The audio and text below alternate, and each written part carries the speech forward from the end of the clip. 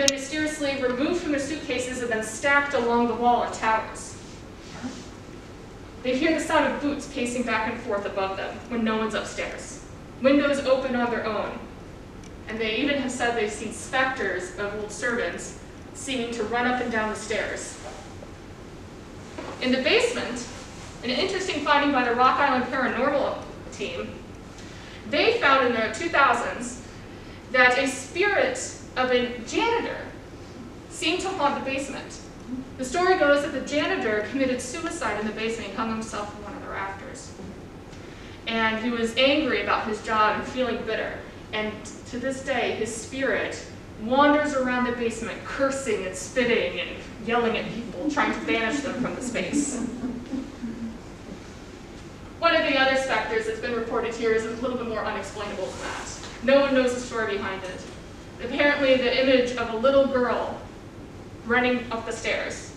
People report hearing her singing, listening to the little pitter-patter of her feet going up the stairs until she gets up to the tower and disappears. They even said they found child-sized footprints in the dust in the tower, and no child was in the building.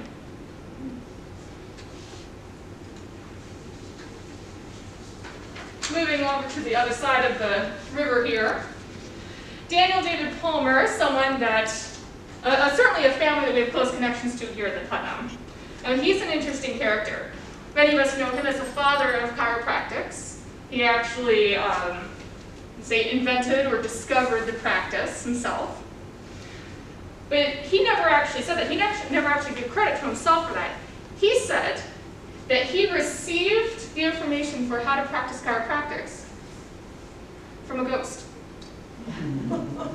He always said that he performed a seance where a Dr. Jim Atkinson, a man who had been dead for over 50 years, told him spiritually through the seance how to be a chiropractor and how to establish this practice. Following that, he did his first adjustment in 1845. And now we have Palmer College, all thanks to a ghost. In fact, his college just seems to attract the paranormal. Students have reported seeing shapeless spirits around the ceiling of the lecture hall. They say they become so wild and rambunctious sometimes that the lights swing back and forth from the ceiling for no reason. But more famously is one of their fraternities at Palmer College, Pi Kappa Chi. Now, a lot of you have probably driven by this house, maybe you've even been in it. It has almost innumerable stories to be told of paranormal happenings there, and it's actually been investigated a few times. Now, this became part of Palmer College in 1969. Almost immediately, they started reporting unusual activity. Doors opening and closing on their own. The sound of a typewriter, the sound of typing in the next room when no one was in there. Sometimes, fraternity brothers would report waking up in the middle of the night feeling as if they were being choked, as if an invisible hand was gripping and squeezing them around the neck.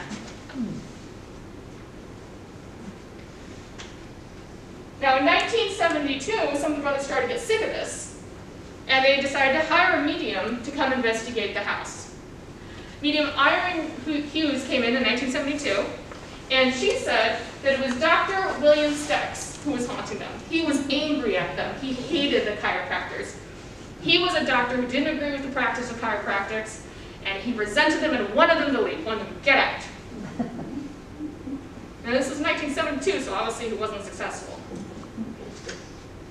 Still to this day, fraternity brothers report seemingly aggressive acts from spirits inside this house, as if they want them to go, want them to leave. Blue lights in the attic and the basement. More angry pounding at doors when no one else is home. And yet they still continue to use this house. They obviously consider it home. Where is it? It is off Main Street. I'm trying to visualize the block in my head. Does anyone remember, is it north of 7th, I think? Sure it isn't on Brady? It might be on Brady. It's on Brady. It's on the right-hand side of it. It's on the right-hand side going up Brady. Yeah, before you get to the college. Have you been inside it before? No. I was going to ask if you ever experienced any spooky things in there. But it's got the big fraternity letters on it. You can't miss it. That helps. There you go, yeah. All right. So should we bring it a little bit closer? Is it time to talk about the Putnam? This room?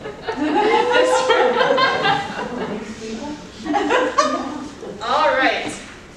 So, as we know, this is not the original building for the Putnam.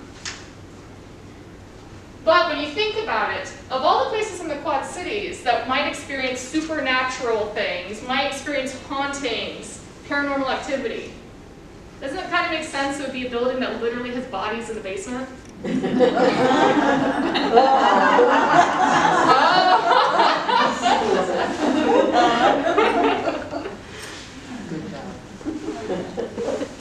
So I've worked here for about 4 years now. And I know about the experiences I've had here at the Putnam. And I can tell you that I came to the Putnam as a bit of a skeptic. I would roll my eyes a bit at these sorts of things, be like, oh, okay, sure, yeah, okay. But I always figured, you know, there are things that we can't understand and, you know, try and come in with an open mind. I'll tell you this, after working here at the Putnam for 4 years, I've learned to just take it as it comes. Like, oh, okay, that mannequin moved and no one touched it, all right, okay. Oh, okay, that thing seems to not be in the same place I left it, sure, okay. Now, one of the first experiences I ever had here at the Putnam that took me a while to catch on was actually something very, very simple. It's an elevator in the old grand lobby. Now, I'm sure many of you have used this elevator before, coming and going over the years. This elevator had a mind of its own. I remember it was probably after about, I want to say I had been here for maybe a year when this started to happen. It would be nighttime and I would be here, and I'd be here maybe with Amanda, our manager of visitor services, or I'd be here with Nancy, and we'd be working an event. And we might have everyone in the theater because one of our business partners is having a presentation. And some of us would be out, like we'd be locking up the doors, we'd be turning off the lights, just kind of getting everything ready for the end of the night. And we'd hear the elevator ding. Like, oh, one of our guests is coming down, they must be leaving early. Like, look. No one came out of the elevator. But hey, you know, maybe someone pressed the button and then changed their mind, no big deal. And this started happening a lot at nighttime. After 5 p.m., I'd be maybe trying to end the day, count up the money, get ready to go, grab my coat, and I hear that ding from the elevator across the lobby. And I'm like, oh, who's still here? Okay, no one's coming out, okay. So there was one night, I was here with Amanda and Sydney, who was our events manager at the time.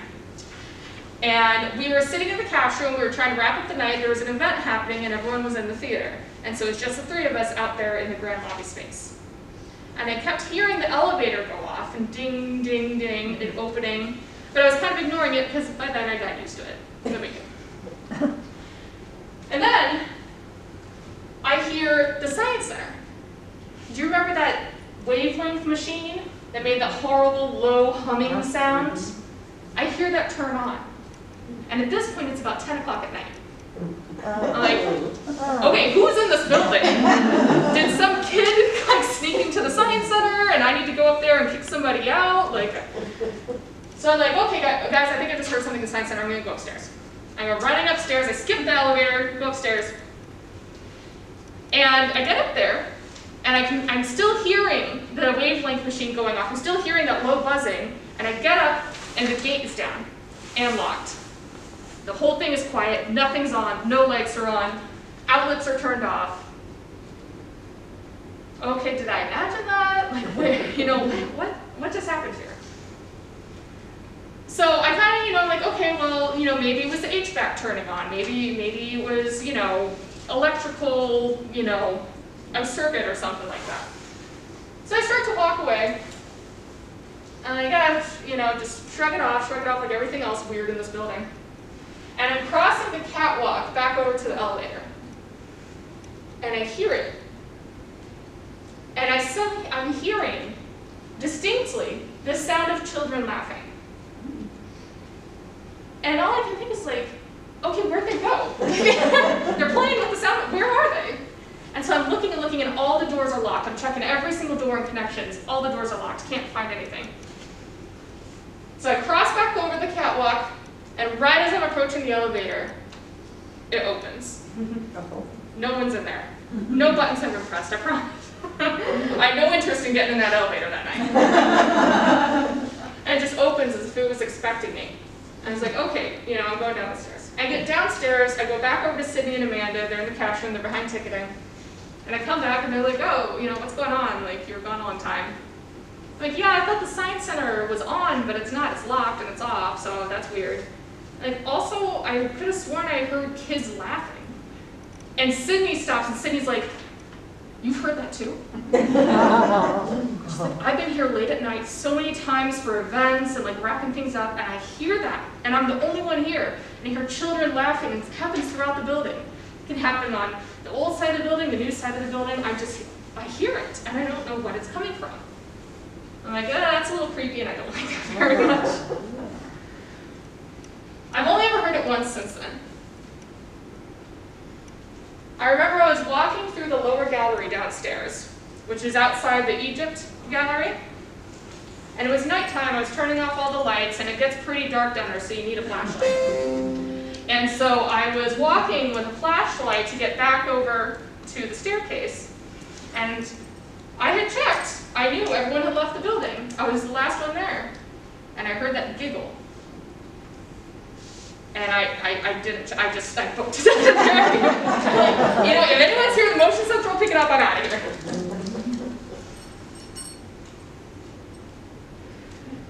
Now, any of you who have worked in connections will know about this one. The robots. They're creepy, aren't they? So tic-tac-toe robot here, I'll give him a pass, he's automated. I get every now and then, it's a timed thing, he gets up and he waves at you like, hi there, and you're just kind of like, oh, okay.